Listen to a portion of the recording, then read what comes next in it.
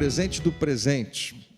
E a gente não chegou onde a gente queria chegar, mas a gente fez uma boa introdução na semana passada, falando que a vida feliz, a vida de satisfação, não necessariamente é a vida onde tudo dá certo, porque, convenhamos, eu e você já descobrimos que nem sempre a vida acontece como a gente planejava. Aliás, frequentemente não acontece como a gente planejou.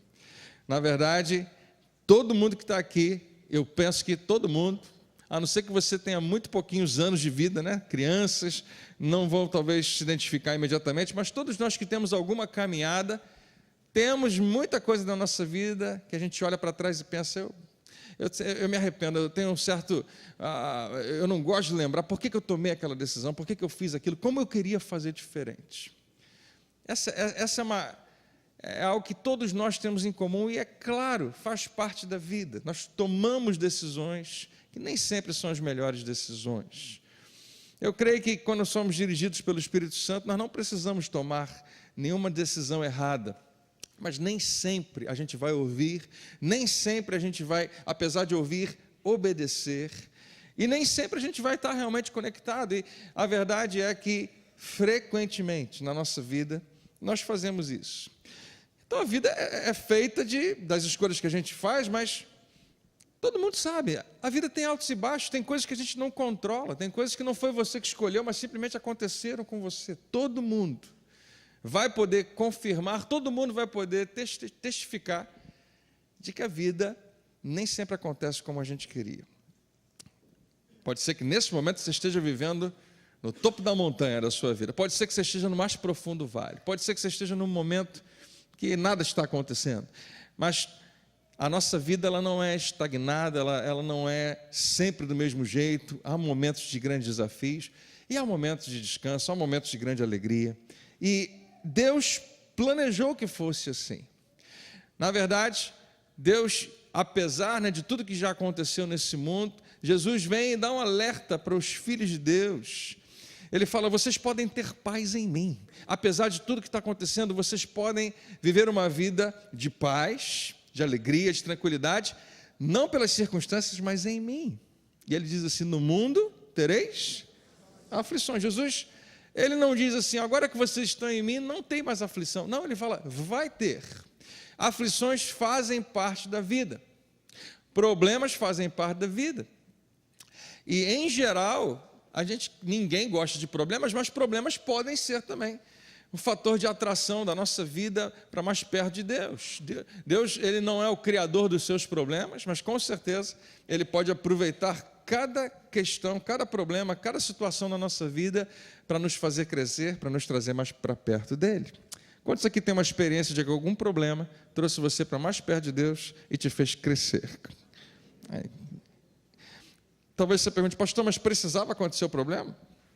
Eu não sei responder isso, mas na minha experiência eu não consigo ver de outra maneira. A Bíblia fala que o próprio Senhor Jesus aprendeu, olha que interessante, Jesus aprendeu e cresceu pelo sofrimento, pelas coisas que ele sofreu.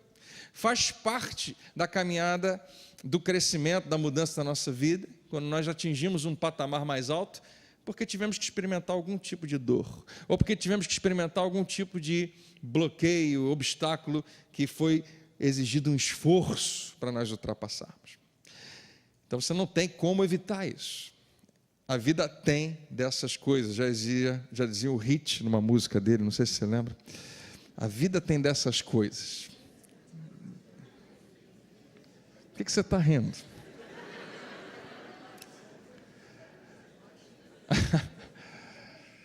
Eu só lembro dessa parte, mas olha só. A vida tem desafios, dificuldades, que você não tem como controlar. Qual é a parte que você pode controlar? Sempre foi e sempre vai ser, e nem sempre a gente controla como a gente reage. Então a gente falou na semana passada que existe sempre em você a capacidade de controlar a sua reação, a capacidade de decidir como você vai reagir ao que está acontecendo com você. E eu comecei a falar sobre nós começarmos a desenvolver um hábito de alegria. A alegria, para muitos de nós, parece Mesmo cristãos, alguns acham que ser alegre, ser feliz, parece que é ser fora da realidade, parece que é ser alguém que é muito sonhador. Mas não é isso que a Bíblia diz. A Bíblia nos convida a nos alegrarmos frequentemente, o tempo todo. A Bíblia diz para outra vez e sempre não permitir que as circunstâncias controlem a nossa vida. E a gente pode se alegrar em fé. Então, a Bíblia vai falar alguma coisa do tipo, como Davi fala assim, por que você, falando com ele mesmo, por que você está assim abatido da minha alma? Coloca a tua confiança em Deus, pois ainda o louvarei.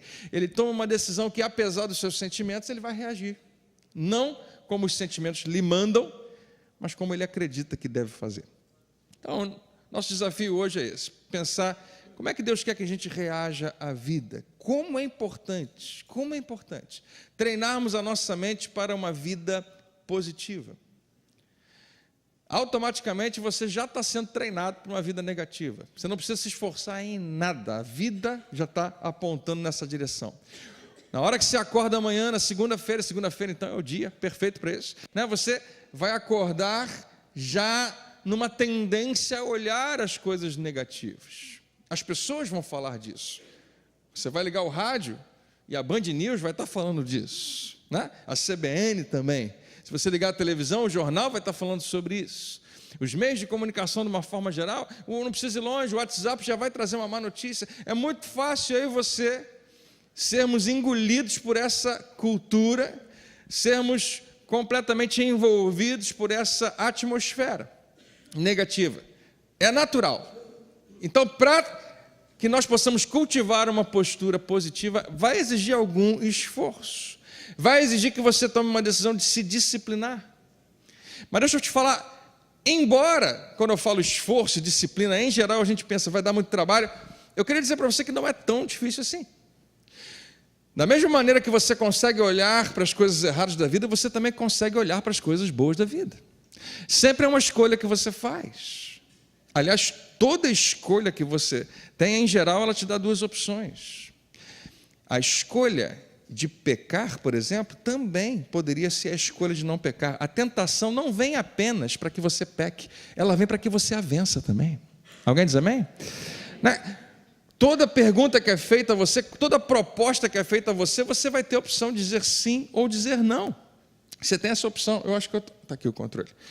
Então você precisa saber que cada oportunidade que a vida te oferece é uma oportunidade de responder positivamente. Rodrigo, na hora que ele estava orando aqui, ele estava mencionando isso, né? Como a gente, é difícil demais escapar dessa inclinação, dessa tendência de olhar no que está errado. Aquela parede ali, ela é toda branquinha, toda clarinha, na verdade é uma outra cor ali, um bege, mas se você procurar, você vai encontrar uma manchinha, e em geral, você vai fixar os seus olhos naquilo. A gente olha para o que está errado, porque se destaca muitas vezes. Nos nossos relacionamentos a gente faz isso. Quando alguém faz tudo certo o tempo todo, não chama tanta atenção, mas erra uma vez. E com certeza isso vai se destacar. A questão é que a gente não percebe o que isso faz na nossa vida. E eu coloquei para você, muitos não percebem, mas a razão porque estão vivendo infelizes, a razão porque não conseguem aproveitar a vida, a razão porque não conseguem respirar e aproveitar o dia, é porque se treinaram e têm se treinado na sua mente para preocupação, para reclamação e para olhar só para o lado ruim da vida. Mas da mesma maneira que você consegue desenvolver uma mentalidade negativa, e mais uma vez não exige tanto esforço, você também pode cultivar uma mentalidade positiva. E aqui está a chave espiritual, para desenvolver esse hábito, é nós aprendermos a sermos continuamente gratos. E você sabe que a gente pregou isso semana passada, e eu estava eufórico falando sobre isso semana passada, falando, gente, gratidão, né, vendendo aqui para você essa ideia sensacional. Você não faz ideia de como eu fui provado essa semana. E quantas vezes eu não consegui ser grato. Eu reclamei de tudo que você puder imaginar essa semana. E parece que Deus estava falando assim comigo, está vendo como é que falar é fácil, André? Mas não é tão simples. Eu sei que isso aqui não é simples, eu sei. Aliás, mais do que nunca, né? A gente tem experimentado no nosso dia a dia 1000 oportunidades para reclamar mais uma vez. O que você vai perceber é que a reclamação em geral não costuma mudar nada. Só porque a gente reclama, não quer dizer que as coisas vão mudar. Especialmente se a gente reclamar errado, ou reclamar para a pessoa errada. Em geral, é isso que a gente faz. Mas, por outro lado, a gratidão consegue transformar algumas coisas. A primeira coisa que a gratidão transforma é o seu ambiente. É a sua própria atmosfera. Porque gratidão, eu queria construir isso com você hoje, é a postura de quem acredita. É a postura de quem tem fé. A reclamação, em geral, ela traz a reboque, ela traz consigo a ideia de que as coisas não vão melhorar, que não vão mudar. Eu olho para frente e o que está na frente é negativo, por isso eu reclamo. A reclamação traz consigo a ingratidão, porque eu tenho a impressão de que o que aconteceu antes, no meu passado, foi melhor do que o que está acontecendo agora. Então eu não tenho expectativa boa para o futuro. Quando o coração é grato, quando eu consigo olhar para as coisas da vida e encontrar motivos para agradecer, eu começo a entrar na atmosfera da fé, da crença e de Deus, do reino de Deus. E não sou eu que estou falando, a Bíblia fala isso o tempo todo. Como isso é importante. Como Deus nos convida a focar muito mais no que está certo do que no que está errado. Deixa eu repetir isso para você. Deus não está dizendo que você tem que esperar que tudo dê certo. Ele não está querendo também que você acredite que não pode dar errado. Não, coisas vão dar errado. Coisas erradas acontecem. Coisas erradas estão acontecendo agora. Na sua casa, no seu trabalho, aqui na igreja, seja onde for. Coisas que você não queria, que você não tinha planejado, coisas que você nem achava que pudesse acontecer, mas estão acontecendo, são errados. Todo mundo sabe, todo mundo concorda, você principalmente acredita que aquilo é errado. Eu não estou falando que você tem que ignorar isso, mas a Bíblia está nos convidando, a palavra de Deus está nos dizendo que é muito mais importante focar não nessas coisas, mas nos concentrar naquilo que verdadeiramente está dando certo, está funcionando. Eu acho que eu ilustrei na semana passada, e eu espero que eu não tenha sido mal interpretado, falando sobre no momento do louvor, quando eu fazia o louvor, estava todo mundo se derramando, eu olhava para uma pessoa, e aquela pessoa estava séria. E imediatamente aquilo comunicava para mim que eu não estava conseguindo envolvê-la na atmosfera do louvor.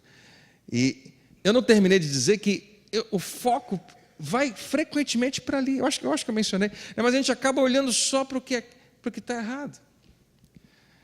Quando eu ouço, às vezes, pessoas reclamando, está acontecendo isso, aquilo, outro, essas pessoas não estão aceitando o que eu estou fazendo, eu pergunto, mas quantas pessoas são? São essa aqui, aí não consegue encontrar muitas. Eu falei, mas tem outras 40 que estão contigo, que estão acreditando, você não consegue olhar para elas, você não consegue valorizá-las, você não consegue celebrar o fato de que tem gente contigo. Não, o nosso foco frequentemente vai para aqueles que estão nos criticando, para aqueles que não estão nos aprovando, não estão nos apoiando. Eu estou dizendo isso para você que há dentro de nós essa inclinação, há dentro de nós essa tendência. E se você quiser viver uma vida mais feliz, você vai ter que lutar contra essa tendência. Você vai ter que reajustar o seu piloto automático, porque ele já está nessa direção, ele quer ser negativo. E se você não está feliz hoje, ou quando você é tentado a ficar deprimido, o caminho mais rápido para sair disso é parar de ficar olhando para aquilo que você não tem, coloquei aqui, e começar a agradecer a Deus pelo que você... Muito bem, obrigado. Eu não ia falar não, ia deixar contigo. Parar de ficar olhando para o que você não tem, começar a agradecer a Deus pelo que você tem. Como é que eu posso provar imediatamente para você que isso é cristão, isso é o Espírito de Cristo?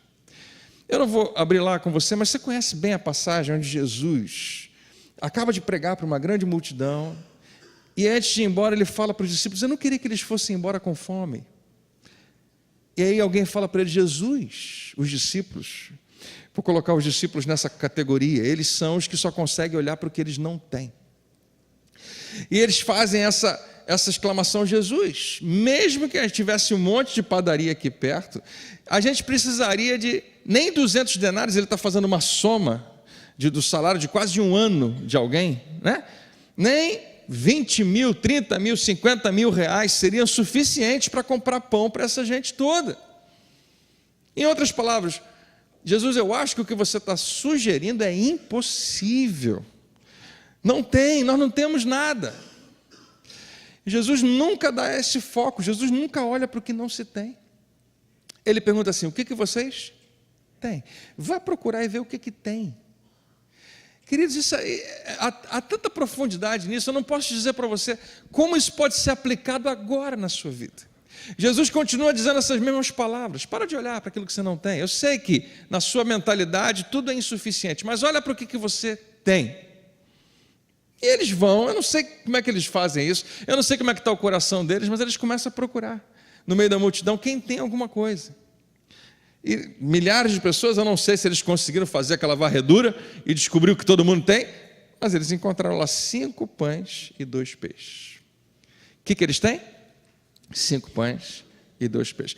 E a Bíblia está mais uma vez nos convidando a olhar para isso, olhar para o que a gente tem, que continua sendo absurdo aos nossos olhos, e é o meu xará, o discípulo de Jesus, André, que chega para Jesus e fala: 5 pães, 2 peixes, Jesus, foi o que a gente encontrou, é o que a gente tem. Mas o que é isso para tanta gente? Você já percebeu como é essa a nossa tendência o tempo todo? A gente olha sempre para o tamanho, para a grandeza do desafio, e imediatamente olha para o que nós somos, para o que nós temos, para a nossa formação, para a nossa história, para a nossa capacidade intelectual, para quem está com a gente, para as nossas conexões. Eu não tenho ninguém para ser meu pistolão nessa situação. Eu não tenho ninguém para me ajudar. Eu não tenho, QI, quem indique. Eu não tenho isso, aquilo, outro. Eu só sei o que eu não tenho. 5 pães e 2 peixes não dá nem para 3 pessoas. Quem dirá 5, 10 mil pessoas. Jesus, não tem como. Enquanto isso, 5 pães e 2 peixes estão ali com o André, com os discípulos. E Jesus fala assim: me dá. E é aí que a coisa muda completamente.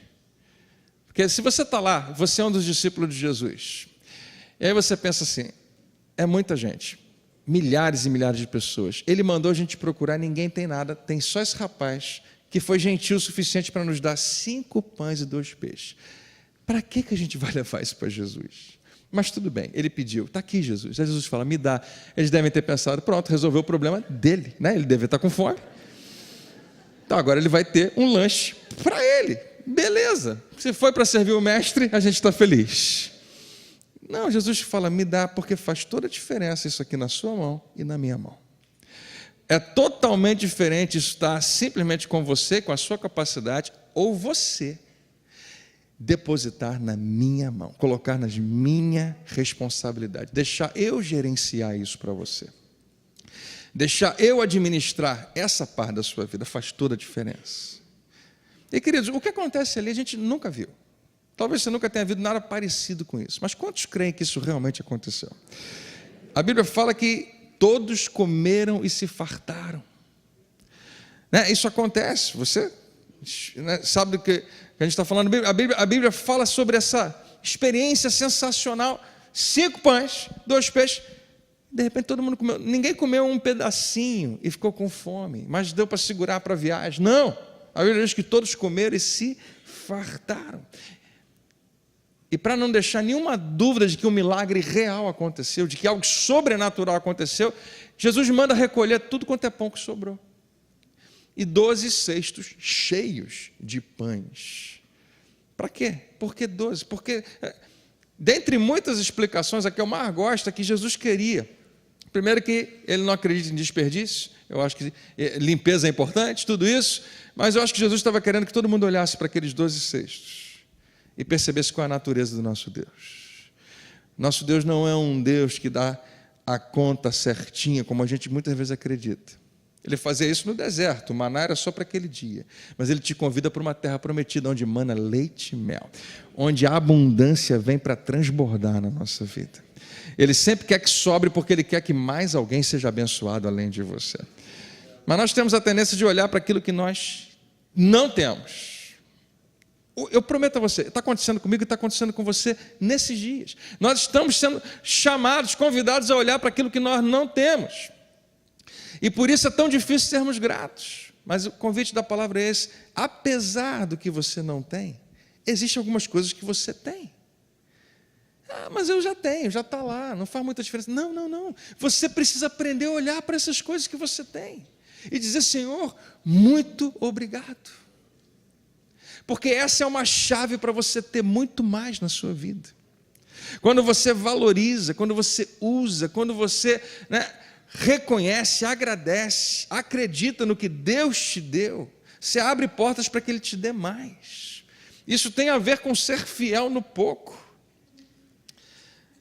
É impressionante. Há pessoas que estão realmente tristes, mesmo tendo muitas coisas, porque elas não conseguem se saciar com o que têm. Elas só conseguem olhar para o que elas não têm.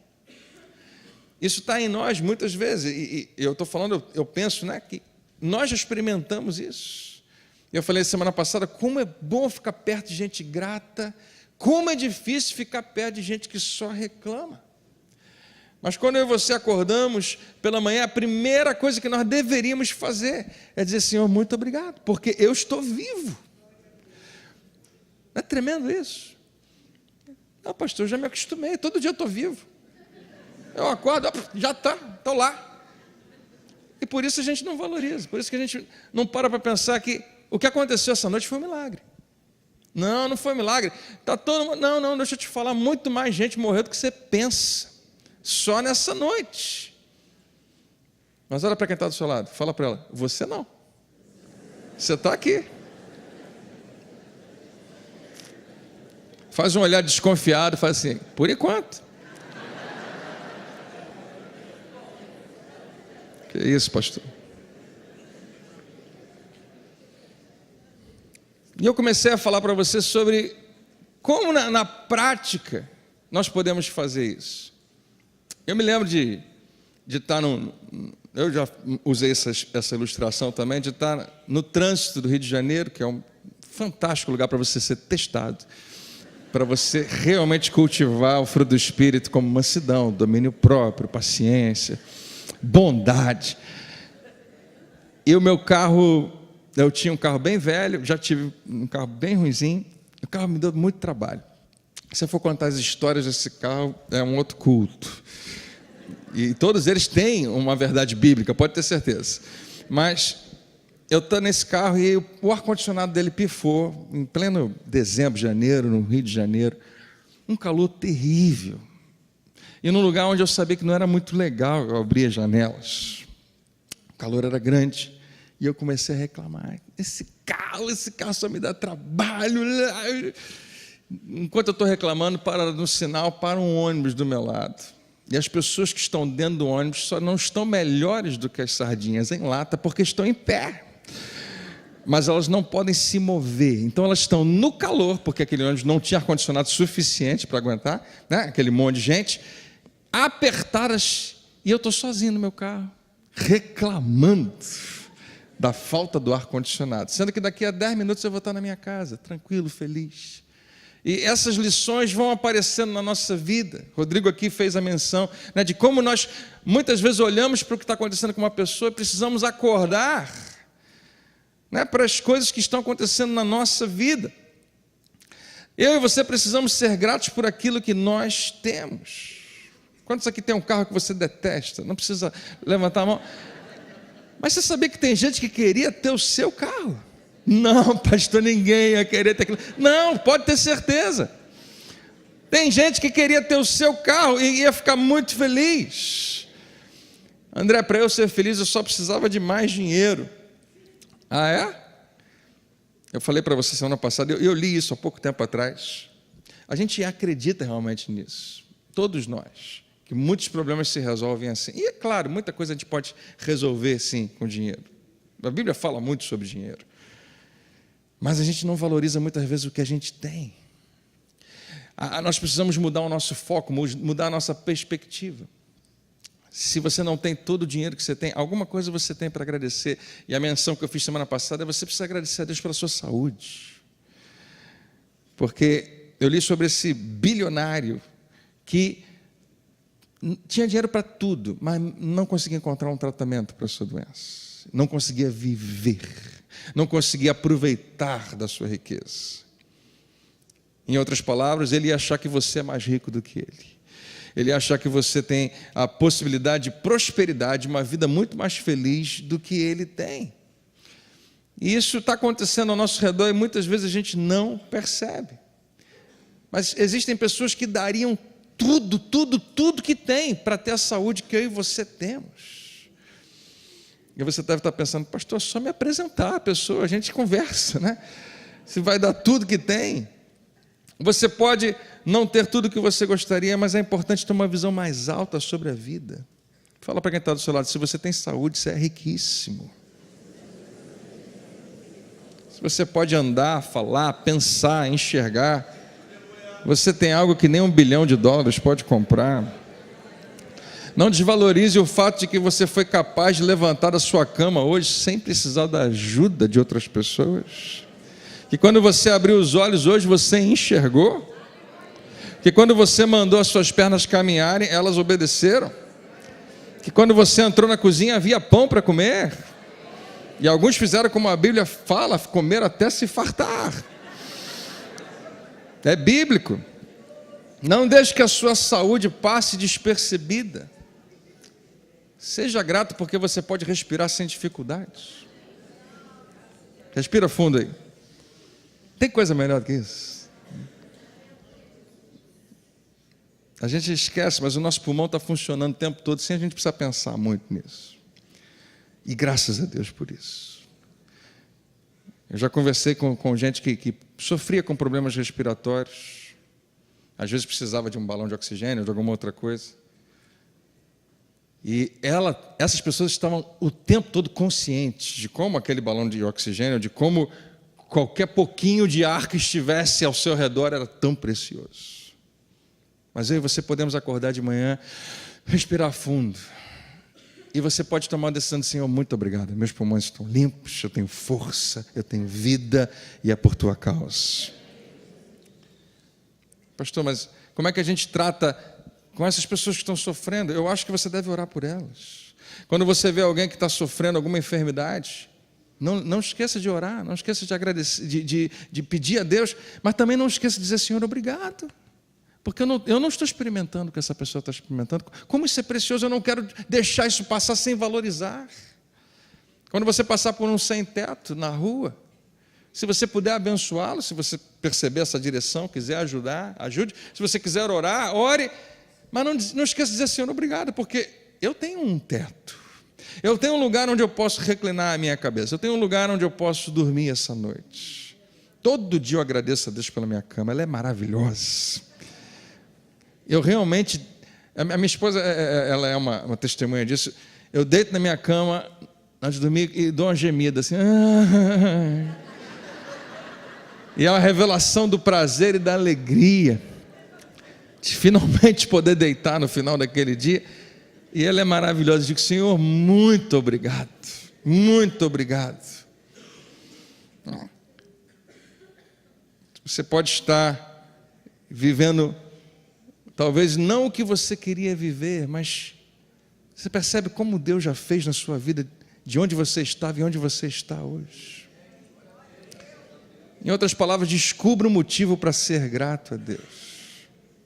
Se hoje à noite você tiver dificuldade para dormir, algumas pessoas já falaram, faz tempo que eu não ouço, mas pode ser que aconteça, estão com insônia, estão com dificuldade de dormir. Você tem duas opções: ficar frustrado na sua cama com raiva, chateado, irritado, ou você pode pensar naqueles que queriam ter uma cama para ficar, mesmo que acordado. Diz assim, muito obrigado. Se você ficar preso no trânsito amanhã, e quantos sabem que vão ficar presos no trânsito amanhã? Vai acontecer, você já sabe. Então não fique surpreso quando acontecer, né? De novo, é isso mesmo, toda segunda, né? Ou toda sexta acontece. Ao invés de ficar chateado, ao invés de ficar com raiva, pense nas pessoas que queriam estar indo para algum lugar, que queriam estar pegando um ônibus, ou um carro, ou um trem, para ir para o emprego, mas você tem. Se você tiver um dia difícil no trabalho, não deixe que isso destrua o resto da sua semana. Alguém diz amém? Amém. Pense nas pessoas realmente que não têm um emprego. E esse contraste, por mais que pareça, eu estou me comparando com outras pessoas, não, essas pessoas em algum nível podem te inspirar a pensar, Deus tem me abençoado. Deus tem feito alguma coisa na minha vida e eu não posso esquecer de olhar para isso.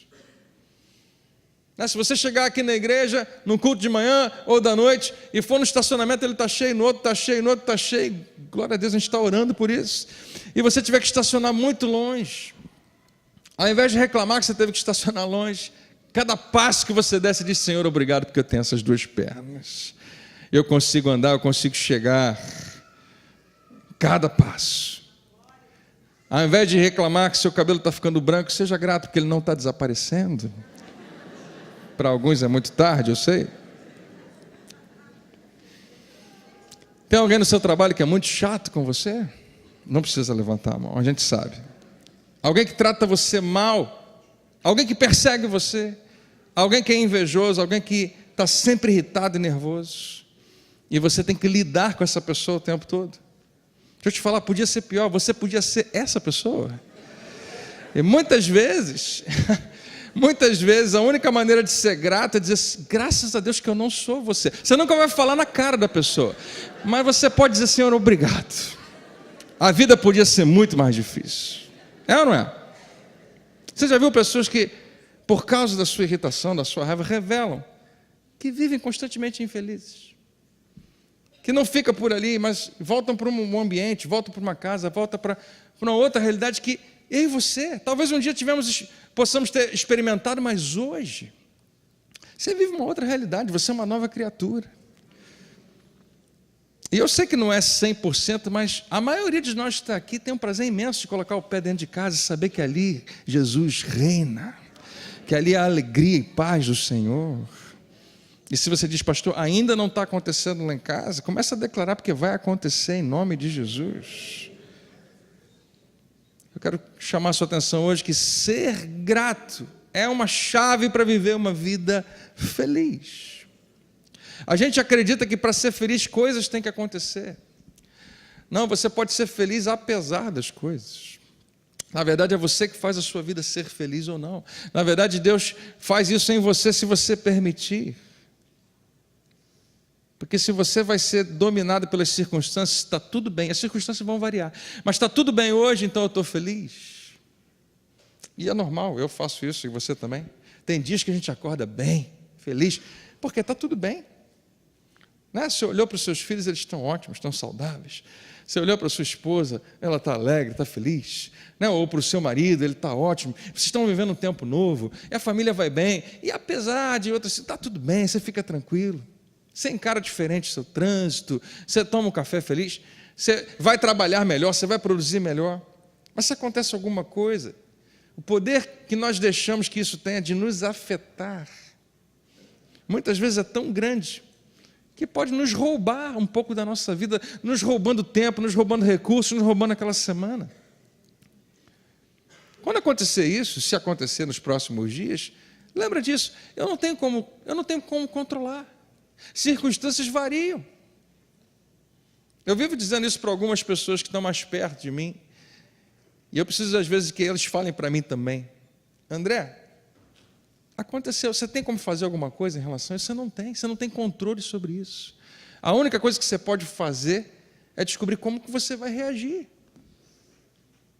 Sem esquecer que nós estamos num plano espiritual que a gente não enxerga. E agora talvez seja a coisa mais importante que eu queria te falar hoje.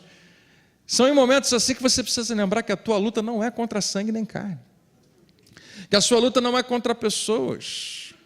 Que colocar a responsabilidade em pessoas pelo que está acontecendo, em geral, não funciona, não dá certo. Mas a Bíblia diz que a nossa luta acontece num plano que é invisível, que é espiritual. E eu preciso reconhecer isso.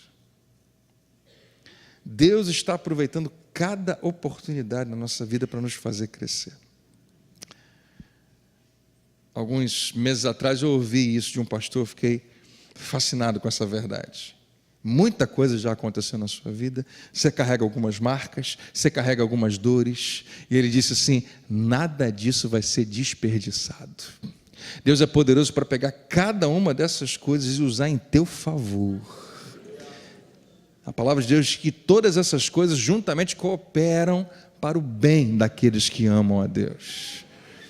Em outras palavras, quando você está passando por uma crise, no reino espiritual, o diabo, os demônios dele, os anjos de Deus, o próprio Deus, Ele está observando para saber como você vai reagir. Porque a maneira como você vai se comportar vai falar muito sobre o próximo passo que você vai dar em direção ao teu crescimento. Se a maneira como eu reajo é abrindo as portas para que o inimigo produza mais destruição na minha vida, é isso que eu estou fazendo. Mas quando eu reconheço, a minha luta não é nesse plano. Existe um nível mais profundo. Deus está comigo. Ele prometeu estar comigo. Aleluia. Semana passada foi que a gente encerrou a série Davi. Eu usei essa expressão aqui. Davi tinha tudo para acreditar que Deus tinha abandonado ele. Na verdade, foram decisões que ele mesmo tomou. E talvez aqui tenha gente que um dia viveu exatamente isso. Eu já vivi exatamente isso. Fiz escolhas erradas, tive que pagar um preço e coloquei a culpa em Deus. Falei, como é que o Senhor faz isso comigo? Como é que o Senhor permite que isso aconteça?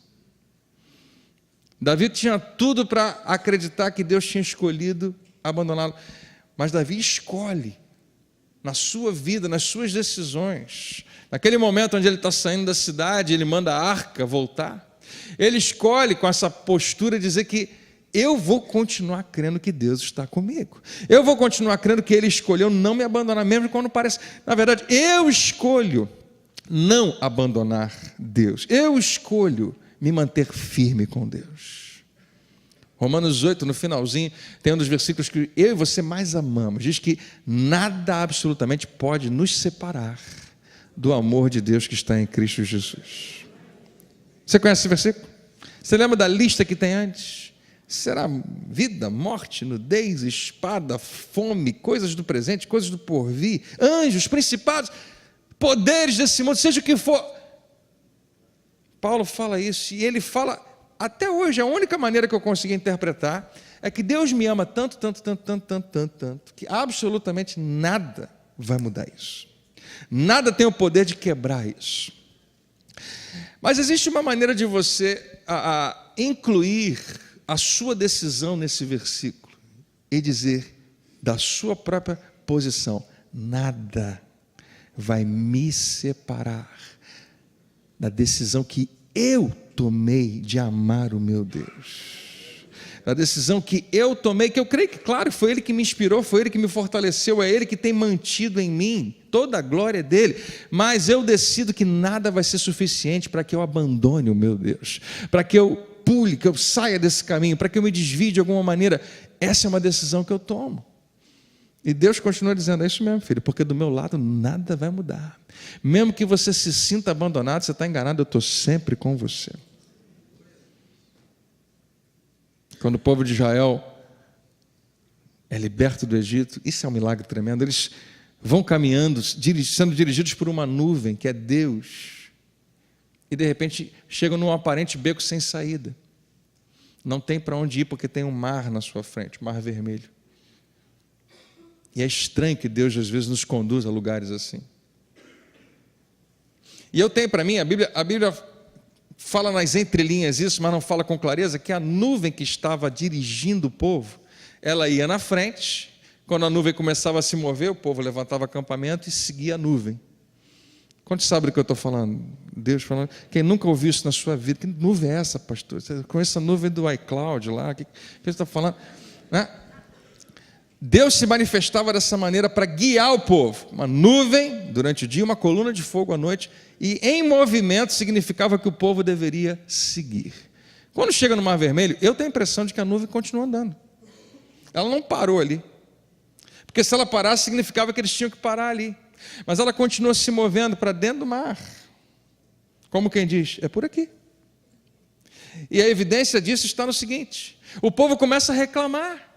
O povo começa a revelar ingratidão, dizendo: o que a gente fez para merecer isso? A gente vai morrer aqui. Por que não deixou a gente morrer lá? Todos os nossos antepassados morreram no Egito escravos, mas morreram na hora certa ou na hora errada, seja o que for, mas a gente vai morrer aqui.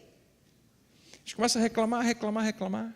E a ingratidão faz isso, faz com que você acredite que o ontem foi melhor do que o hoje. Deixa eu falar para você, o ontem não foi melhor do que o hoje, e o amanhã vai ser muito melhor do que o hoje. Se você confia em Deus, é isso que Ele tem para você, um caminho de crescimento. A vereda do justo é como a luz da aurora que vai brilhando mais e mais, até ser dia perfeito. E eles começam a revelar todo tipo de incredulidade. Nós vamos morrer, nós vamos morrer. E agora o exército de Faraó aparece, nós vamos morrer mesmo. E aí finalmente vamos falar com Deus. Moisés fala: o que eu faço, Senhor? Conversa com ele.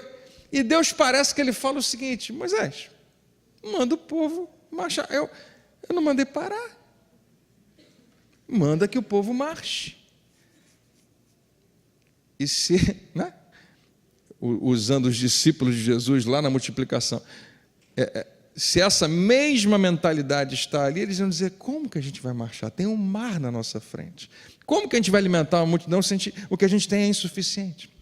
Que capacidade a gente tem de entrar no mar e marchar? E às vezes Deus nos pede para fazer coisas que parecem sem sentido. Manda o povo marchar. E a Bíblia diz que acontece que um vento começa a soprar e quando eles começam a marchar, Deus estabelece um caminho que parece ser impossível de existir. Nessa oportunidade, é tão importante que eu e você nos transportemos para lá, que você pega essa máquina do tempo aqui, a gente entre lá e entre nessa praia e fique com eles ali e observe o que está acontecendo, porque eu tenho toda a oportunidade de não confiar mais em Deus agora. Eu tenho toda a oportunidade para dizer: Deus está atrasado. Nós vamos morrer daqui a algumas horas. Faraó está vindo na nossa direção. Eu tenho toda a oportunidade para dizer: não valeu a pena em nada servir a Deus. Não valeu a pena em nada acreditar em Deus. Mas Deus continua falando: olha, segue a minha direção. Continua marchando. E nós teimosos vamos dizer: não vou, porque não tem como. Não há como. Mas eles vão. Eles marcham. Eles são salvos. Um milagre tremendo acontece. Deus fala: os inimigos que vocês estão vendo hoje, nunca mais vocês vão ver. E verdadeiramente todos os inimigos são destruídos ali. Quando eles chegam do outro lado, eles dão uma festa de imensa gratidão. Atrasados. A festa tinha que ter acontecido do lado de cá. A festa pode acontecer antes de você ver o milagre acontecer. Se você realmente confia em Deus. E deixa eu te falar, não estou dizendo que você vai conseguir descobrir o que Deus vai fazer, mas você pode ser grato, porque até hoje Ele esteve com você. Ali na praia do Mar Vermelho, antes de atravessar, antes do mar se abrir, antes do milagre acontecer, aquele povo poderia se lembrar: foi Deus que nos libertou do Egito. E Ele fez isso poderosamente. Vocês viram essas 10 pragas que viemos? Foi Deus. Senhor, obrigado. Eu não sei o que vai acontecer agora, mas eu quero te dizer: eu confio em Ti, eu te agradeço, porque o Senhor me manteve, me preservou até hoje. E algo me diz que o Senhor vai continuar me preservando, vai continuar sendo o meu Salvador. Será que isso está acontecendo contigo hoje? Veja o desafio que está aqui no telão. Pare de olhar para aquilo que você não tem. Comece a agradecer a Deus por aquilo que você tem. Pense um minutinho nesse momento naquilo que você tem.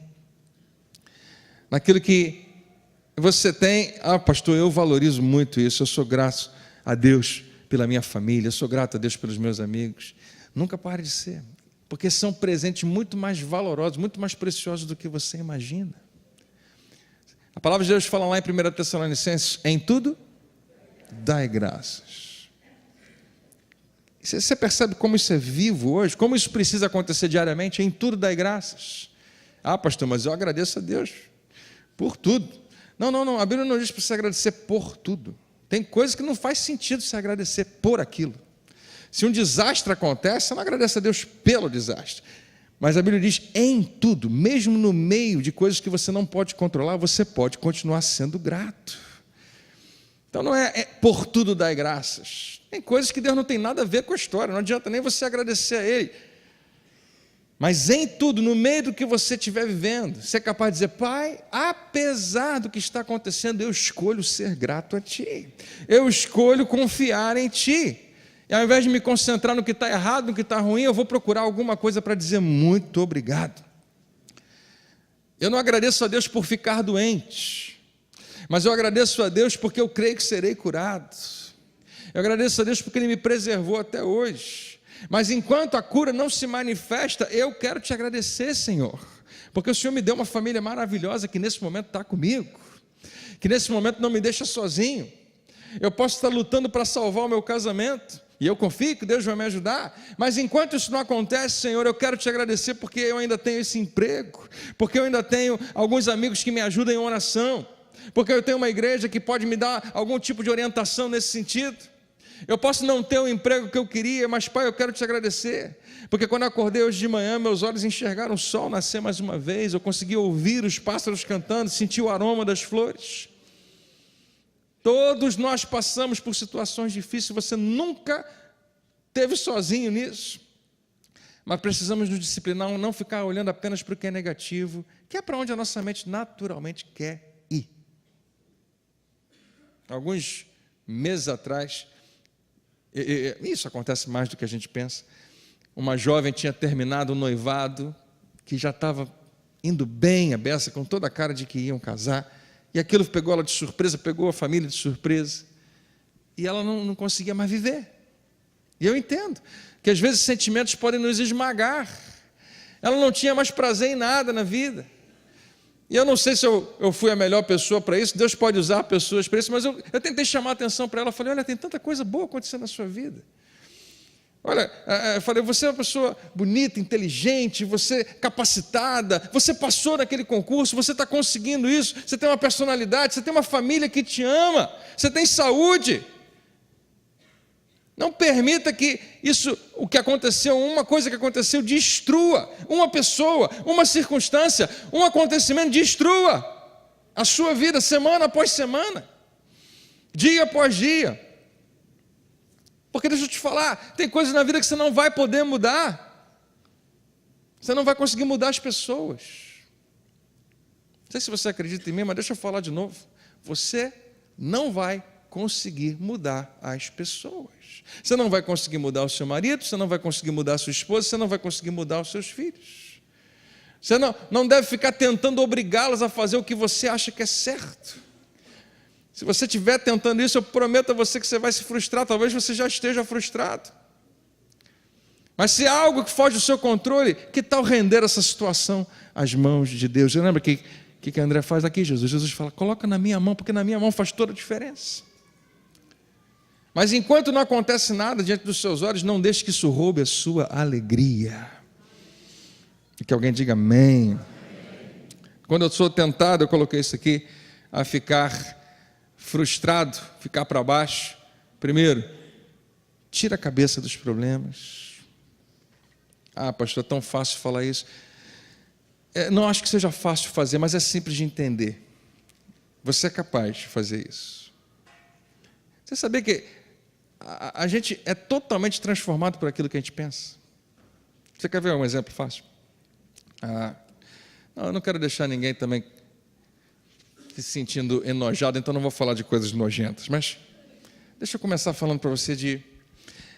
Não sei se você gosta de um prato maravilhoso. Eu nem falei que já tem gente... Quem gosta de uma churrascaria aqui? Sua carne predileta é aquela picanha, cortadinha, um sal grosso, fraldinha, aquela farofa de ovos caprichada, arrozinho, molho à campanha, batatinha frita. Até onde a gente vai? Pastor, eu prefiro mais uma muqueca de peixe com camarão. Quem está ficando com fome aqui? Até agora você não tinha pensado muito nisso. Tem momentos que você provoca a sua própria fome. Aliás, muita gente vive pelas refeições, né? Próximo momento que eu vou comer o almoço, então você já pensa já no almoço. Depois eu já sei que tem um lanche, então já estou programando. E a gente fica com fome antes da hora, porque a gente começa a pensar naquilo. Eu fiz você dar um sorriso agora. Eu fiz você ficar com fome. Eu fiz você pensar em comida, simplesmente porque eu apontei nessa direção falando algumas coisas. Se eu começar a falar de coisas tristes, se eu começar a falar do drama de alguém muito grave, isso também vai fazer você sentir alguma coisa. Se eu chamar a tua atenção e fizer você lembrar do pior momento da sua vida agora, Se você gastar o próximo minuto tentando relembrar aquele momento onde você ficou realmente triste, deprimido, frustrado, irritado, alguma coisa muito grave aconteceu, sabe o que aconteceu? O sentimento vai voltar. Mas, por outro lado, eu convidar você a pensar naquele melhor momento da sua vida. Ele não está acontecendo agora, mas o fato de você relembrá-lo vai trazer um sorriso no seu rosto, vai fazer você se sentir bem. Será que é por isso que a Bíblia fala que a gente tem que ser muito cuidadoso com o que a gente pensa? Porque parece que ela dirige os nossos próximos passos. Só porque você pensa não quer dizer que tudo vai mudar, mas você se posiciona para dar o próximo passo, que é tão importante. A maneira como a gente pensa faz toda a diferença, né? E quando eu faço isso, tirar a cabeça dos problemas, a segunda coisa é pensar em alguma coisa que eu possa ser grato. E não é um exercício fácil, você vai requerer algum tipo de concentração, mas uma das coisas que eu faço é pensar na minha família, pensar nos meus filhos. Eu penso nos meus filhos e imediatamente me alegro, imediatamente. Principalmente porque eles, em geral, eu penso que eles não estão ali, estão longe, eu me alegro. A gente ama muito os nossos filhos quando eles estão longe, né? A gente está com saudade deles, né? Ah, que saudade. Chega em casa, começa a reclamar da vida. Ah, tá bom já. Vai dormir. Dá aqui um abraço do papai, um beijo. Não, eu posso falar para você, né? Meus filhos são uma grande alegria para mim e para minha esposa. O tempo todo, em casa, fora de casa, seja onde for. A gente tem muito prazer.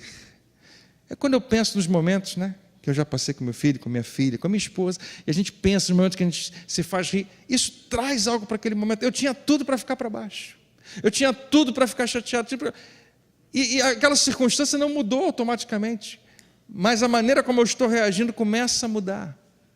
E deixa eu te falar, a força que eu preciso para vencer aquele momento começa a ser depositada na minha vida. Pastor, só está falando de autoajuda? Não, estou falando do Espírito Santo te ajudando. Ele que disse isso na sua palavra, que você precisa pensar nessas coisas. Fala para você pensar nas coisas do alto, fala para você pensar em coisas boas. Algo que é louvável. Ah, pastor, então está falando de pensamento positivo. Claro, a Bíblia só fala disso. A Bíblia aponta o tempo todo que essa é a maneira como você deveria pensar. Quantas coisas a gente não valoriza. Eu preciso terminar, não queria, está tão legal. Mas eu preciso perceber que todo dia é um presente de Deus. Quando esse domingo terminar, nunca mais você vai vê-lo outra vez. Nunca mais você vai conseguir revivê-lo. Como é que você vai escolher vivê-lo? Feliz, agradecido, entusiasmado? Ou você vai passar o dia inteiro amargurado, desanimado, negativo, pensando somente nos problemas, focado no que você não tem, focado naquela pessoa que te magoou, que te feriu, que te machucou? Não, joga tudo isso fora, descubra o motivo para agradecer a Deus. É impressionante como a gente muitas vezes só valoriza alguma coisa quando aquilo é tirado de nós. E muitas vezes não tem mais como voltar atrás. Mas quando a gente consegue recuperar algo que foi tirado de nós, a nossa perspectiva em relação àquilo muda completamente. Algum tempo atrás eu mencionei de um jogador de futebol, fantástico, excelente, algumas décadas atrás. Era um cara sensacional, quebrava tudo quanto é recorde que você podia imaginar, tinha um desempenho fantástico, tinha vários clubes que estavam de olho nele, o futuro dele parecia brilhante.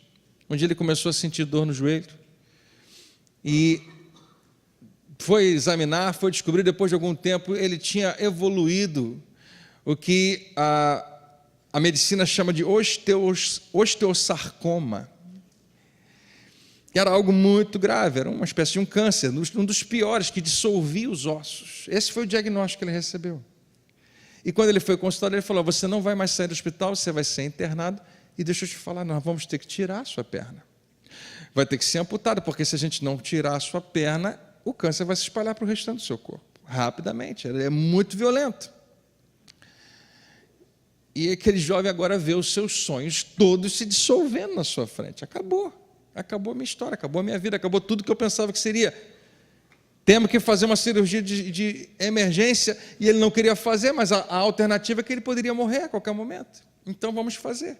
Ficou arrasado, seu sonho acabou, ele se afunda num buraco de depressão, como muita gente faz. Então foi finalmente fazer a cirurgia, foi sedado, e os médicos, quando finalmente foram abrir para tirar, descobriram que o que eles achavam que era aquele câncer era algo outro semelhante, que era muito incomum, mas que não era tão grave como aquele, que não havia necessidade de amputar a perna. Que alegria! E aquele jovem foi sedado achando que ia acordar sem a sua perna. Era um cisto incomum. Quando ele acordou daquela cirurgia e recebeu essa notícia maravilhosa que a perna dele ainda estava lá e que estava funcionando perfeitamente e que ele poderia viver uma vida normal, esse cara ficou chorando durante alguns minutos ou horas, igual uma criança, de uma alegria profunda, de um sentimento profundo. Eu ouço falar que até hoje, depois de muitos anos, ele acorda todo dia, a primeira coisa que ele pensa, a primeira coisa que sai dos seus lábios é: Senhor, muito obrigado pela minha perna, pelas minhas pernas, obrigado pela minha saúde. E eu sei que muitos aqui até fazem isso, sem ter perdido nada, mas o que aconteceu com esse cara foi que ele mudou o seu foco completamente, ele tem uma nova visão. E o que eu estou dizendo a você nessa manhã é: não espere que alguma coisa seja tirada de você, ou quase seja tirada, para começar a valorizar, para começar a ser grato. Dê valor à sua saúde hoje, dê valor ao seu emprego hoje. Aliás, se você der valor ao seu emprego hoje, talvez outros valorizem você também nele. Talvez seja uma chave para o seu crescimento. Não deixe de dar valor às pessoas que Deus colocou perto de você. Quantos maridos tem aqui? Diga amém. Valorize a sua esposa. Reconheça que essa mulher é um presente que Deus te deu. Para de ser crítico. Para de olhar os defeitos. Para de olhar para o que ela está fazendo de errado. Comece a ser grato porque você tem alguém na vida para amar. Eu deito do lado da minha esposa, encosto a cabeça nela, falo um negocinho para ela lá. Mas eu falo para ela naquele momento: como é bom ter alguém aqui do meu lado. Alguém não, tinha que ser ela. Comece a se concentrar no que ela, sua esposa, está fazendo de bom, ao invés de que ela está fazendo de mal. Aprenda a deixar para lá algumas coisas, a deixar de lado algumas coisas. Todo mundo tem os seus defeitos. Você lembra que eu falei semana passada? Quando você for tentado a criticar os defeitos da sua esposa, lembre-se que foram exatamente esses defeitos que não permitiram que ela arrumasse um marido melhor do que você. É ou não é? A verdade é que todos nós temos espaço para melhorar. Provérbios 18, 22 diz: quem acha uma esposa, acha o bem e alcançou o favor do Senhor. Você precisa perceber que a sua esposa é um canal do favor de Deus na sua vida. Seja grato pela personalidade dela, pelos dons, pelos talentos, e a gente vai dar uma chance de não sermos perfeitos, porque a gente não vai conseguir ser. Acabou o tempo, eu ia falar para os maridos. Não, vamos lá, esposas. A palavra de Deus diz em 1 Pedro que vocês devem apreciar e curtir o seu marido. É isso mesmo. Se você procurar lá, a palavra original é aproveitar. Não se aproveitar dele, aproveitá-lo. A Bíblia não diz que você deve se esforçar para mudá-lo. A Bíblia não diz que você tem que encaixá-lo na sua forma. Você não vai conseguir. Deixa ele ser como Deus criou ele. Aprenda a curtir a vida com ele. Ele pode ter suas fraquezas, ele pode fazer coisas que você não se agrada. Pastor, mas isso não agrada a Deus. Mas você casou e agora existe um caminho que Deus estabeleceu. Não coloque o seu foco nessas coisas. Foque nas qualidades. Não compare o seu marido com o marido dos outros. Ah, mas o meu marido, olha o marido dela, como é que ela faz. Eles saem todo fim de semana para passear, eles vão no cinema toda semana, bota foto lá no Facebook só para me deixar com inveja. Eu sei que ela faz isso. Meu marido não faz nada, eu tenho que fazer tudo. Você fica comparando o seu marido ao Rodrigo Hilbert, o cara que faz tudo, até crochê o cara está fazendo agora. Como é que você vai competir? Mas seja grato pelo homem que Deus te deu. Não está difícil hoje ser grato, né? Muita gente hoje está só aguentando o casamento. permite que pequenas coisas acumulem e vão se tornando peso de rancor na sua vida. À medida que o tempo passa, brigas vão aumentando. Muda o seu foco. Muda o seu foco. Eu desafio você a encontrar hoje uma grande qualidade no seu cônjuge. E ao invés de simplesmente deixar, que bom que ele tem isso, enfatiza isso. Fala disso. Lembra disso. Que diferença faz? Lembra que a gente falou semana passada? Aquilo que você celebra, aquilo que você valoriza, aquilo que você recompensa, vai ser repetido. Como isso é importante. Mesmo que seu marido não seja um homem mais romântico, talvez ele tenha uma grande dificuldade de comunicar os seus sentimentos, mas talvez ele seja um trabalhador incansável. E de alguma maneira ele produz segurança na sua vida. Você nunca precisou se preocupar com as contas ou com outras coisas. Você precisa começar a falar com ele. Todo marido precisa ouvir isso da sua esposa. E se você falar essa semana, ele vai achar que foi porque eu disse. Mas em algum momento você deveria falar: querido, eu percebo, eu sei o que você está fazendo, eu sei como você está se esforçando, eu percebo. Eu não quero que você ache que eu não valorizo o que você está fazendo, eu queria que você soubesse que eu sou muito grata. E se você exaltar as coisas boas, não apenas você vai ficar muito feliz, mas você vai ver esse seu marido se erguer, se levantar em outras áreas que você nem esperava. Porque você resolveu valorizá-la. A Bíblia nos manda fazer isso. Talvez você esteja aqui hoje, mas seu marido nem vai à igreja, nem vem à igreja com você.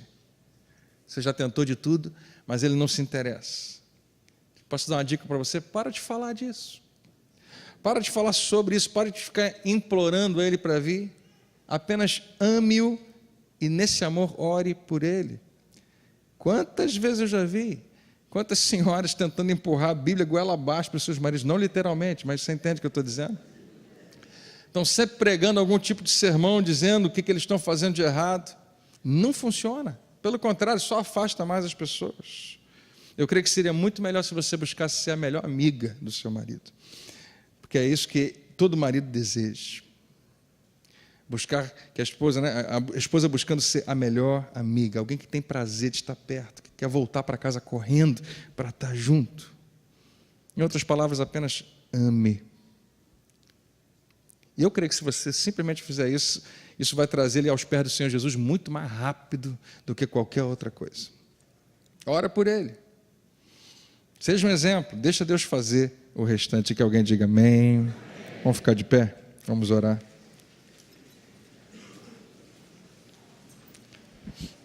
Você sabe que há mulheres que usam isso como desculpa. Não, eu não preciso tratar o meu marido bem, porque afinal de contas ele nem vai à igreja. Ele não obedece a Deus, por que eu preciso fazer isso? É uma desculpa que muita gente dá. Mas a Bíblia não faz essa distinção, não. Fala que nós devemos tratar o nosso cônjuge com respeito, com honra. Seja ele quem for, esteja onde estiver. Ainda que aparentemente você não ganhe nada com isso. Eu creio que Deus está aqui nesse lugar, você crê, amém, queridos? Por alguma razão, está no meu espírito dizer para você, a vida é muito curta. Como passa rápido. Você já olhou para os seus filhos e tomou um susto como eles estão grandes? Né? Se você diz, não, pastor, meus são pequenininhos, não vai demorar muito, você vai ver. Rapidinho o tempo passa. As pessoas que nós amamos não vão estar aqui para sempre, né? Daqui a pouco a gente vai, graças a Deus, a gente vai viver para sempre, um outro plano, mas existe algo que Deus planejou para essa vida. E eu não quero que você me entenda como melodramático, mas eu acho que é importante. Você falou para o seu cônjuge que você o ama nesses últimos dias? Às vezes falar isso, verbalizar isso é mais importante do que fazer um monte de outras coisas. Dizer, um dia no gabinete, depois de algumas horas conversando com uma pessoa, Deus me inspirou a falar só uma coisa para ela, eu não falei nada.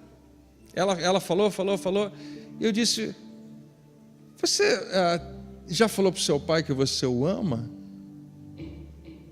E aquilo deixou ela muda, não sabia mais o que fazer, nós oramos e encerramos.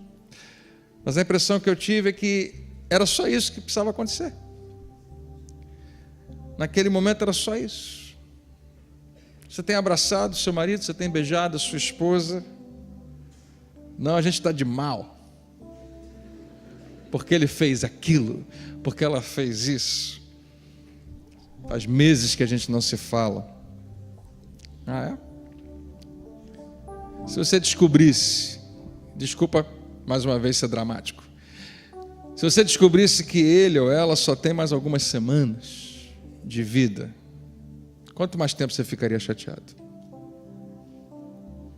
Mais uma hora, mais um dia, mais uma semana, mais alguns meses? Se você descobrisse que o seu cônjuge tem pouco tempo de vida, como é que você trataria? Que a Bíblia fala que uma oração que Davi faz: Senhor, me ajuda a contar os meus dias, ou seja, valorizar e apreciar, porque esse dia vai acabar e eu não quero perdê-lo. Num encontro de casais, algum tempo atrás, eu li aquela famosa carta de um funcionário da United Airlines. Ele escreveu para sua esposa. Sua esposa era uma comissária de bordo que havia morrido naquela semana nos ataques terroristas de 11 de setembro de 2001. E na sua carta, eu não lembro tudo, ele fala alguma coisa do tipo assim: se eu soubesse que aquela manhã que você saiu para trabalhar ia ser o último dia que eu ia te abraçar, eu teria gastado mais um tempo ali abraçando.